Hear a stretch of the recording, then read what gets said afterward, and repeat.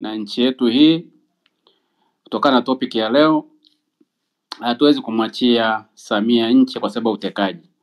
Kwa sababu utekaji ni vita, na utekaji mwanzoni watu walikuwa wanaiogopa, lakini watu sasa hivi wameshaizoea kwa sababu kama ambavyo watu wanatekwa siku hizi, mtu anaposikia mtu mwingine anatekwa anajaribu na yeye anapata hofu, na siku hizi kila mtu anajaribu kukemea kwa sababu hakuwa kama ilivyokuwa inaanza mwanzo. Kwa hiyo wameshauzoesha umma, na sasa hivi kila mtu anajihami, na nafikiri sasa kwa sababu utekaji huu unaendelea katika nchi yetu ndani ya serikali ya CCM, ni mfumo ambao uko ndani ya serikali, niite mfumo wa namna hiyo, kwa sababu ukiangalia hata mazingira ya utekaji wenyewe ina connection ndani ya serikali, na hatuwezi kusarenda. Kama Watanzania ni lazima tupambane, kwa sababu tusipofanya hivyo wale ambao ni wabinafsi watafikiwa tu, na utekaji huu sasa hivi haimwangalii mtu yoyote. Zamani ilipokuwa inaanza watu walifikiri ni kwa ajili ya vyama vya siasa tu, lakini tumeona imeenda hata kwa wafanyabiashara, imeenda kwa watu wa kawaida, na inasambaa kila mahali. Kwa dada Maria, mimi siwezi kusema kwamba utekaji tuiachie CCM, tumwachie Samia na CCM, kwa sababu lengo la serikali hii ni kutisha watu, kutuma hofu kwamba ukiwa unakosoa tunakuteka ili wengine waogope. Lakini hawajui kwamba kadiri unavyoteka watu unazidi kuwapa watu hofu ya kujilinda, na unazidi kuzoesha watu kuto kukuogopa. Zamani sisi tukiwa wadogo tulikuwa tunaogopeshwa na umbwa. Ukimwona umbwa kimbia, umbwa atakukimbiza. Lakini in reality ni kwamba umbwa mkali sana siku zote, usipokimbia hawezi kukurarua. Ndivyo ilivyo serikali hii, kwamba ni kama unasakazia mtu umbwa, lakini reality ukisubiri yule umbwa hawezi kung'ata.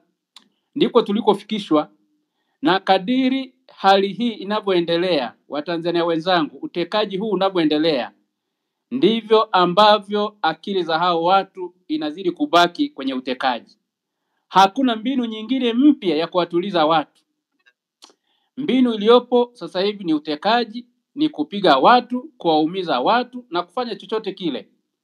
Sasa kama Watanzania ni lazima tujue kabisa ya kwamba tuna serikali ambayo sio rafiki na wananchi. Tuna serikali ya wauaji, tuna serikali ambao kazi yao ukikosoa ni kuua.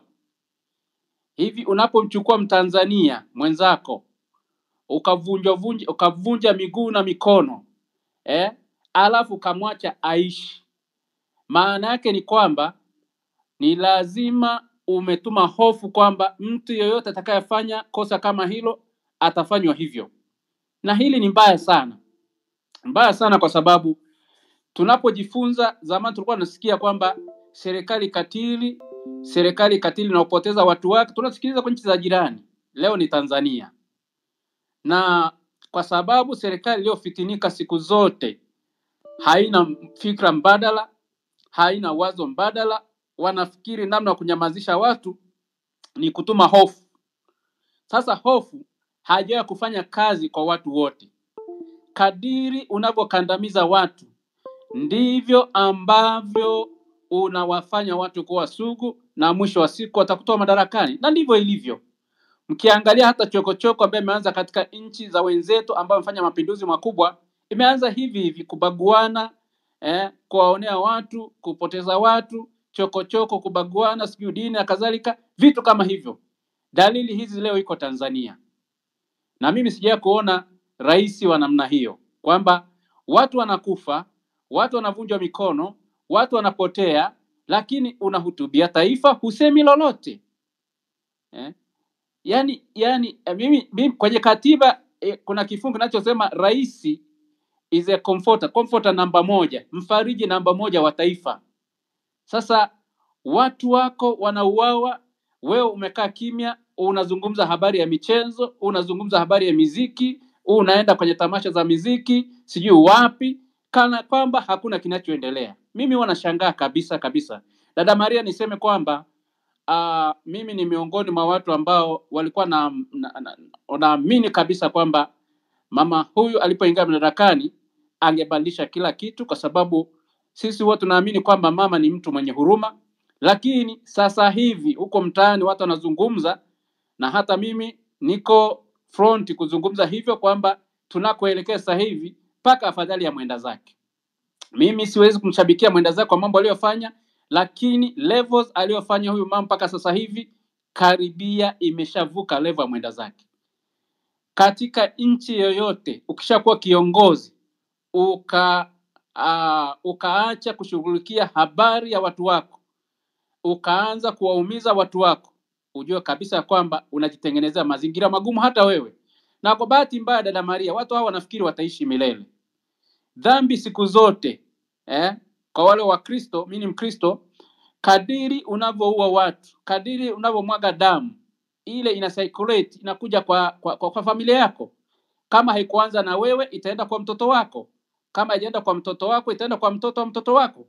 Kwa hiyo kadiri unavyowaonea watu, unavyoua watu, ndivyo ambavyo unatengenezea mazingira magumu familia yako.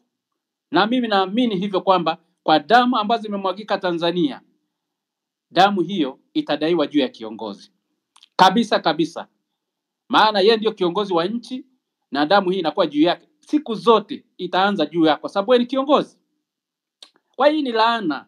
Nchi ya namna hii, hao watu wanatuacha kwenye laana kubwa. Na kwa sababu hiyo laana inaendelea, na kwa sababu wameziba masikio, hatuwezi kuwa wajinga tukakaa kimya.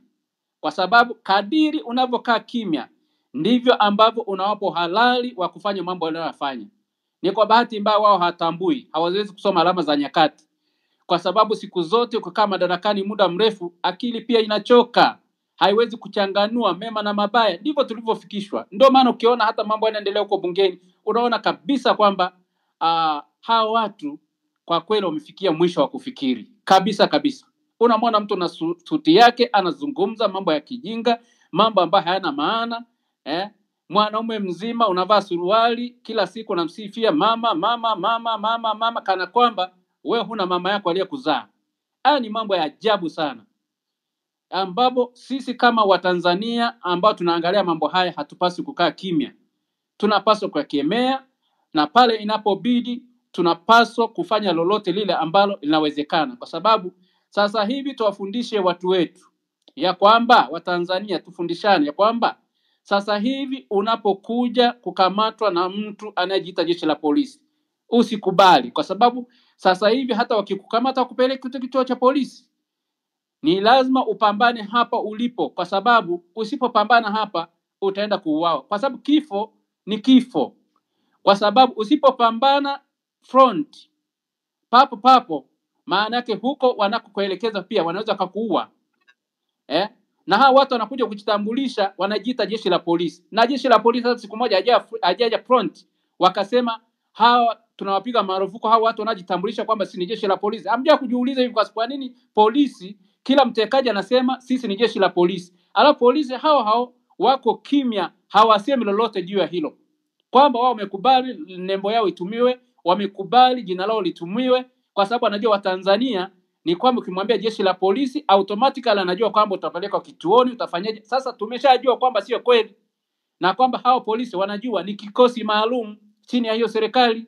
Ndio maana wanatumia nembo yao, kwa sababu anajua kabisa kwamba ukija kwangu dada Maria ukiniambia nimekuja kukamata, nitapambana nawe. Lakini ukisema jeshi la polisi, mimi ni jeshi la polisi, at least kwa zamani jeshi la polisi inajulikana kama mlinzi wa raia, kwamba kama mimi na shida basi nitaenda kujibu kule mahakamani, nitaenda kupelekwa kituo cha polisi. Lakini siku hizi watu kukamata kupeleka kituo cha polisi, wanakupeleka wanakuua, wanakuvunja vunja.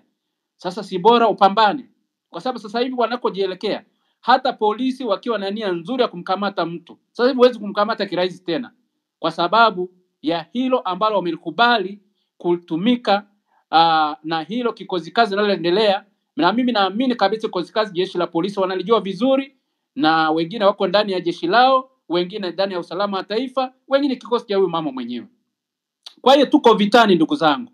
Tuko vitani kwa sababu tusiposimama tukatetea maisha yetu, tukatetea maisha ya wenzetu, tukatetea ndugu zetu na kadhalika, hatufiki popote.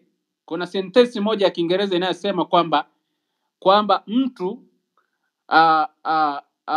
mtu yeyote anaona kutotendewa haki pale inapomfikia yeye. Kwamba unapoona unatendewa haki, hutendewi haki, unaona kwamba hakuna injustice, hakuna haki. Lakini unapoona mwenzako hatendewi haki, wewe huwezi kusema chochote. Kwamba kuna namna ambapo ni Watanzania huko nyuma tulikuwa binafsi kwamba si fulani ametekwa, labda huyu anakosoa serikali, labda huyu anakosa fulani. Lakini wewe unayetulia leo utakuja na wewe utafikiwa, kwa sababu ni kikosi ambayo kiko kazini muda wote kwa ajili ya kuwanyamazisha watu, na hatuko tayari kunyamazisha. Tunatakiwa tupinge injustice everywhere. Tunapoona mtu anaonewa, tunapoona mtu anatekwa, tunapoona lolote linalotokea ambalo sio haki, wote kwa pamoja tupige kelele, tukemee, na ikiwezekana tusaidie.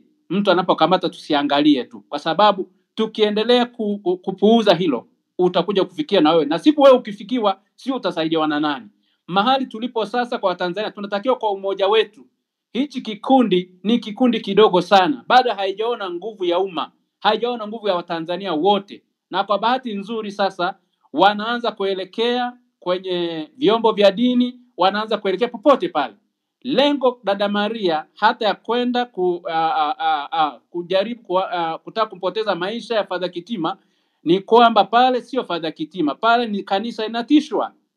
Kwamba wewe kwa sababu ni msemaji, kanisa kwa sababu ni wasemaji, ngoja sasa tuwatume hofu, tuanze na kiongozi wao mkubwa. Kwamba tukianza na viongozi wenu wengine wote watapiga kimya.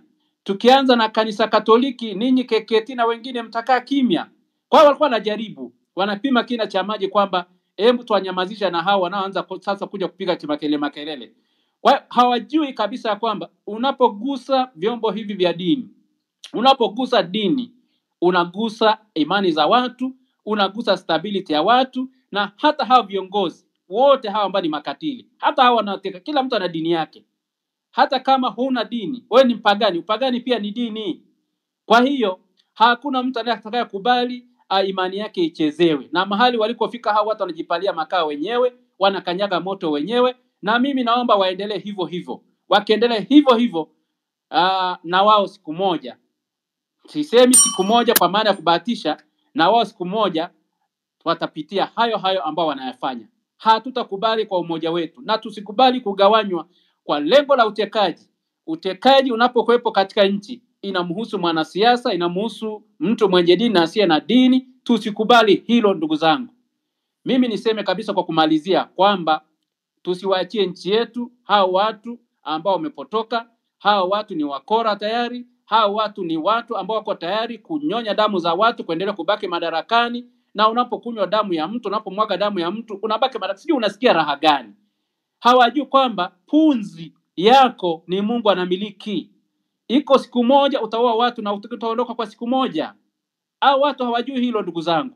Kwa hiyo Tanzania, nitoe rai kwamba tusikubali kuachia nchi yetu hao watekaji, kwa sababu hao watekaji ndio hao ambao wanatubandika majina mbalimbali ya uhaini, majina mbalimbali ya kutishia amani, lakini in real sense hakuna kitu kama hicho.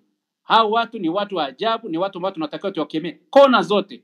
Uwe Mkristo, uwe Muislamu, wote kwa Utanzania wetu tusimame tuwakemee hao watu, na tuanze kuwashughulikia pale inapobidi, ili tupoteze hicho kikundi ambacho kinazunguka inatafuta uhalali wa kutuweka chini ya ulinzi wa nana zao wenyewe. Lakini hawatuwezi, sisi ni wakubwa kuliko wao, sisi ni wengi kuliko wao. Hatukubali, ni kwa sababu hawajaona umoja wetu. Tukishakuwa wamoja wa Tanzania, hao watu watapotea ndani ya siku moja ndugu zangu. Asante sana dada Maria, nashukuru kwa nafasi. Asante sana, shukran sana, asante Brimanya. Nashukuru pia kwa mchango wako mzuri, na nashukuru pia wale ambao wanaendelea kutuma maoni kupitia YouTube, na nimemwona hapo Mayor anasema Samia alishasema atakuwa chura, tumwache jamani, tusimsumbue. Lazaro anasema hawa wanaoteka tuko nao kwenye mitaa yetu, tusiwaogope, tupambane nayo. Naona kaka wa taifa anasema, nauliza bunge letu la Ulaya ilijadili mambo ya ushoga? Maana nilisikia moyo fulani akitoa shtuma na mtu akajibu kwamba hakuna kitu kama hicho. Kwanza kabisa hii sheria ya kumruhusu polisi kupiga raia ifutwe, maana wanatumaliza watu na vinyongo na wengine sasa hapa wanapata fursa ya kuwatesa raia kwa kigezo kuwa wao ni polisi. Haya, Brighton, karibu uweze kuchangia. Brighton, sijui mic yako imepona. Asante dada Maria, karibu. Kwanza habari ya jioni. Salama tu, karibu sana. Kwanza nianze kwa kukupongeza, unafanya kazi nzuri na tunatamani kwamba uendelee na huo moyo, na tunaendelea kukuombea kwa Mungu endelee kuwepo.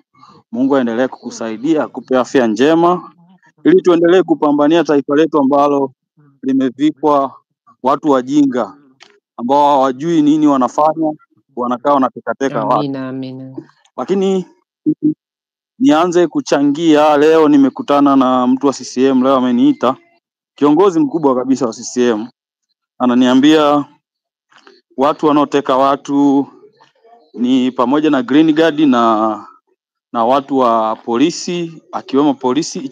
Hivyo vikosi vimetembewa kila wilaya, vinaangalia nani ambaye anazungumza, nani anaandika. Marukuma nifungulie, nani ambaye anaandika, nani ambaye anazungumza. Wako Green Guard, wapo polisi, wapo usalama wa taifa, wapo na jeshi la polisi. Kwa hiyo wakikukamata wanakuua. Na akanitahadharisha sana, akaniambia jeshi na maana JWTZ kwa mujibu wa huyo mtu. JWTZ kwa mujibu wa huyo mtu, wapo polisi, wapo Green Guard, ila Green Guard wale wengine wanasaidiaga tu kwa ajili ya nguvu, ila Green Guard ndio wanachukua watu na kuwaumiza na kuwaumiza. Kwa hiyo wanateka watu na wanaowaumiza ni Green Guard, sio polisi, sio nini. Na wenyewe pia ni order wamepewa kwa ajili ya kufanya hiyo kazi. Umeona? Kwa hiyo nikawa najiuliza maswali mengi sana, yani kwa nini tufike huko? Nikawa namuuliza yule mzee, akaniambia mimi nimekusaidia kama kijana wangu, kama kijana wa rafiki yangu, uache kabisa mambo ya kuandika, wala usiingie Facebook unaandika, wala Twitter, wala wapi. Nikamwambia mzee, Biblia inasema watu waoga ni wapumbavu, na waoga hawatauona ufalme wa mbingu. Akasema sawa, akaondoka. Lakini nataka niwaambie kitu kimoja. Samia sio mtu wa kumwachia.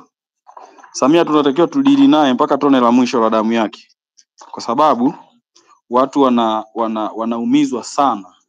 Yani watu wanaumizwa sana. Unajua, niwaambie kitu kimoja, kuna watu hawaamini kwamba watu wanatekwa na wanaondoka na watu wanapata maumivu. Familia ambazo tumeguswa kufanyiwa vitendo kama hivyo, tunajua maumivu namna gani ambayo maumivu yapo na yanaendelea kuishi kwenye mioyo yetu. Hauwezi kuamini, tunajiuliza tuchukue nguo tuzike au tufanye nini? Hakuna majibu ambayo tunayapata kwa wakati. Tunaishia kulia na kuangalia familia zinavyoteseka, familia za watu ambao wamefanya nini, wametekwa. Lakini nataka niwaambie kitu kimoja kwamba tukiwaachia CCM kwa sababu wanatuua, vizazi vyetu vitakuja vikute taifa la watu wajinga na wapumbavu sana, na vizazi vyetu vitakuja viishi bila hata kupata amani. Yani watakuwa wanaishi kwa mabunduki, kwa mabomu na kwa kila kitu ambacho kinaweza kuathiri maisha yao. Lakini tukiendelea kuwakabili CCM, taifa letu litakuja baadaye liishi na watu ambao wanajitambua na wanaelewa. Mama anasikika mama, labda utoke urudi tena, anasikika vizuri tu. Endelea Brighton. Taifa letu litakuja tuongozwe na watu ambao hawana uelewa wala hawana ueledi wa kuongoza taifa. Na nataka niwaambie jamani, yani hili jambo liko serious, very serious kabisa. Nataka niwaambie serikali inachangia mambo makubwa sana ya kuumiza watu. Polisi wanaumiza watu, jeshi la wananchi wanaumiza watu, na jeshi la wananchi lilikuwa liko kwenye siasa. Usalama wa taifa wanaumiza watu. Yani inatokea leo nilikuwa natembea barabarani, ikatokea gari moja hivi Land Cruiser, watu wakashuka haraka haraka pupu, nikakimbia. Wale watu mimi sijui ni wakina nani wala nini, kao najiuliza hawa watu vipi. Baadaye nikarudi yale maeneo, wakasema kuna mtu alikuwa anafanya nini, kuna ndugu yao walikuwa wanamshusha. Umeona, nikawa nafikiria hivi hao watu sio wale watekaji kweli? Na wanapokuja ni kama vile yani ni makomando fulani hivi, kumbe ni Green Guard. Jambo lingine nimeona watu waliohama chama. Nizungumzie kidogo hao watu waliohama chama. Hakuna mtu alikuwa ajui kwamba Julius Mwita alikuwa makao makuu zaidi ya miaka 20 sasa. Benson Kigaila alikuwa makao makuu zaidi ya miaka 20 sasa. Salim Mwalimu alikuwa makao makuu pale hivyo. Salim Mwalimu, Julius Mwita, Benson Kigaila, sijui nani waliwahi kukosana kabisa kwa sababu ya maslahi. Maslahi ndio yanawasababisha wale wanakaa pale, kwa sababu wameona kwamba Chadema tena hawawezi kuwa bakabenja, waje wanataka kuwa na vyeo ili waishi vizuri, ili wa struggle wanataka kuwa na vyeo, kwa sababu unachokiamini kwamba Julius Mwita alikuwa anategemea chama, alikuwa hana kazi yoyote. Yani alikuwa hana kazi yoyote Dar es Salaam. Chama ndio kilikuwa kinatakiwa kimpe kila kitu, kinampa kila kitu, maji ya kunywa chama, kila kitu chama. Leo anasimama anasema watu anakitukana chama, anakivua nguo chama ambacho kimemlea toka ametoka kuwa mwalimu wa kujitolea, alikuwa hana ajira, ametoka kuwa mwalimu wa kujitolea mpaka kwenda makao makuu ya chama, wamemwajiri pale anafanya kazi, amekuwa katibu mkuu wa vijana, amemaliza, wamempa ujumbe wa secretariat, katibu wa secretariat, amehudumu kwa muda mrefu. Na nataka niwaambie Watanzania waelewe, Watanzania wa leo sio wajinga. Hao watu wangekuwa na vyeo wangeendelea kubaki Chadema, lakini kwa sababu hawana vyeo ndio maana wameondoka Chadema, wameenda kufanya mambo yao huko. Na inavyoonekana kwamba wale G55 yawezekana wote wakaenda chama cha umma. Sitaki kuamini hicho kitu, lakini nataka niwaambie na nataka niwasaidie. Najua kuna machao wao wako huko, mtu wanawezekana wanatusikiliza. Chadema ni mpango wa Mungu. Hata mkienda na umaarufu wenu huko, hata mkienda na umaarufu wenu huko hamtafanya chochote, kwa sababu Mungu yu ndani ya Chadema. Tumepata viongozi ambao wanasema wanasimamia misimamo yao, wanataka taifa lenye uhuru, wanataka taifa watu wote tule keki ya taifa, sio watu wachache wale keki ya taifa. Ukimwangalia hata mtoto wa Mwigulu Nchemba utamuona kabisa huyu alishakula dola zetu hadi akashiba. Yani mtoto mdogo kama yule zaidi ya miaka 12 anatembelea V8 hivi ni Mtanzania gani mjinga na mpumbavu ambaye ataona watu wengine wanakula mema ya nchi afu yeye yupo tu, yeye kila siku anapiga ngumi au anakunja ngumi au anasema CCM oye? Ni Mtanzania gani huyo mpumbavu ambaye anatakiwa kuwa hivyo?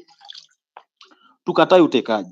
Tunakataaje utekaji? Mtu akija kwako anakuambia yeye ni polisi, usifungue mlango.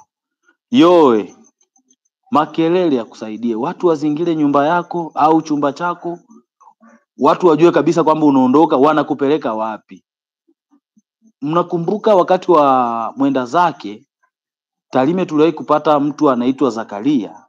Alikuja kutekwa na watu wale wasiojulikana. Wanasema wasiojulikana. Isingekuwa nguvu ya mzee Zakaria na nguvu ya watu wa Tarime, wangeondoka na Zakaria, yawezekana leo tusingekuwa naye.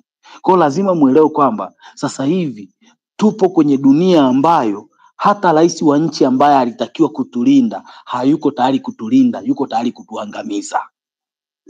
Jambo la kwanza. Lakini jambo la pili, muelewe kwamba polisi mlionao au polisi tulionao wamegeuka kuwa, yani baadaye wawe walinzi wa raia na mali zao, wamegeuka kutengeneza kikundi cha kigaidi cha kuumiza watu. Jambo lingine, jeshi la wananchi kazi yao ni kulinda mipaka, lakini wamegeuka wao wanashirikiana na usalama wa taifa, wanateka watu, wanaenda kuwaumiza. Lakini pia kitu kingine, kuna taarifa kwamba Mdude wamemchukua, wamempeleka Dar es Salaam. Na Mdude ana hali mbaya, vidonda vinavuja, yani hajapewa matibabu yoyote, amepewa tu matibabu ya kawaida sana kama mtu ambaye ameokota tu barabarani, amepewa matibabu. Wanajiuliza wampeleke wapi? Wamwachilie aidha wafanye nini ili hii sintofahamu na haya maneno yote kwenye nchi yakose majibu. Ndicho wanachojiuliza mpaka sasa hivi, na kuna mabishano makali kweli kweli ya kumwachia Mdude au kutokumwachia. Wengine wanaamini kwamba wakimuua ndio mambo yataendelea vizuri, lakini wengine wanaamini kwamba tukimuua huyu bado tutaleta shida zaidi ya vitu vingine vyovyote. Jambo lingine la tatu, sisi tunapigania mabadiliko kwenye nchi yetu.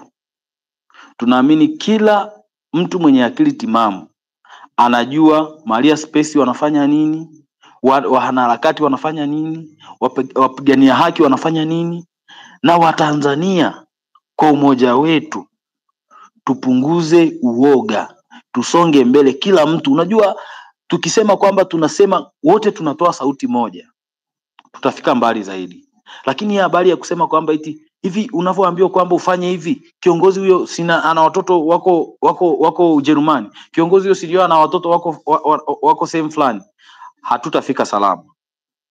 Tukiendelea kutiana uoga kwa kudanganywa kwamba viongozi wetu wako sehemu fulani, hatutafika salama. Ni vizuri tutoke na tuotoke kwa sauti moja kwamba Watanzania sasa tumekubali kwamba tunataka mabadiliko, na mabadiliko tunayotaka ni mabadiliko ya kweli, kwamba watu wote ambao tuko nchi hii tule keki ya taifa, wasile watu wachache. Fedha zinaibiwa, Abduli anatengeneza namna ambavyo atatengeneza vikosi vya kwenda kumtafutia mama yake kula. Alafu kuna watu wanaume eti wanasimama wanasema mama ya nyoko. Yaani mama ndio nini yani? Mama ni mama wa nini yani? Mama wa kufanya nini? Mama, hata mimi ninaye mamangu nyumbani. Nikitaka kwenda kumuita mamangu nyumbani nitaenda pale nisimame nimuite mama mpaka nichoke. Wewe mtu mwanaume mzima unakaa unaita mama. Umekuwa kama mpumbavu barabarani unaita mama kila wakati. Bungeni huko mama. Watu wanatufuata wanatuambia kwamba naona Marekani wamejadili ushoga, mmekubali Chadema ushoga. Wanatutoa kwenye, yani yule mbunge anatutoa kwenye mambo ya msingi ambao Marekani wamejadili, anatuelekeza kwamba tunajadili ushoga, vitu ambavyo sio kweli. Kwa dada Maria, mimi nawaomba Watanzania wenzangu, tusimwachie mama upepo. Tumbane hadi hatua ya mwisho. Mpaka ajue kwamba Watanzania walishachoka. Hii nchi tumechezewa sana. Watu wamekula sana rasilimali za taifa hili. Sana.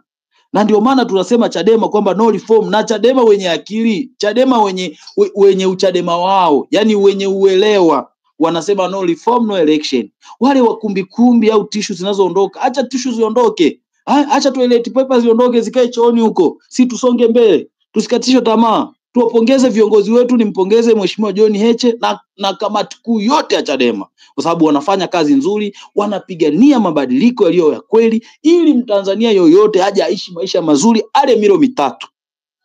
Ale milo mitatu. Kuna Watanzania wanaishi kwa shida sana huko vijijini, dada Maria. Watu wanaishi wanakula mlo mmoja. Haiwezekana hata siku nzima hali. Lakini kwao ndio kuna dhahabu. Unaweza ukaenda Nyamongo pale ukakuta watu wana mahela, wengine hawana hata 100. Na dhahabu iko kwao. Sisi ndio yani Watanzania, sisi watu wa mkoa Mara ndio tungekuwa hata tuna uwanja wa ndege mzuri wa mfano, kwa sababu vitu vingi sana vinatoka kwetu. Tuna mbuga ya wanyama, tuna dhahabu, tuna nini, tuna maziwa, tuna nini, tuna mto mzuri, yani tena mto wa kitalii. Lakini leo sisi ndio watu tunaonekana sisi ni maskini kuliko watu wengine. Ukienda Arusha huko unakuta hata barabara hadi kwenye migomba. Naomba nimalizie dada Maria. Ukienda Arusha huko unakuta hata barabara ziko kwenye migomba. Lakini Tarime ukija tunakutana na vumbi. Kwanza lami zenyewe zimechoka. Naona eti kwa sababu Madam President anakuja, watu wameanza kurekebisha barabara. Wanaanza kurekebisha barabara. Na barabara zimeua watu, zinaumiza watu, zinavunja watu miguu kwa sababu ni mbovu. Lakini Madam President kwa sababu anakuja, barabara zinarekebishwa.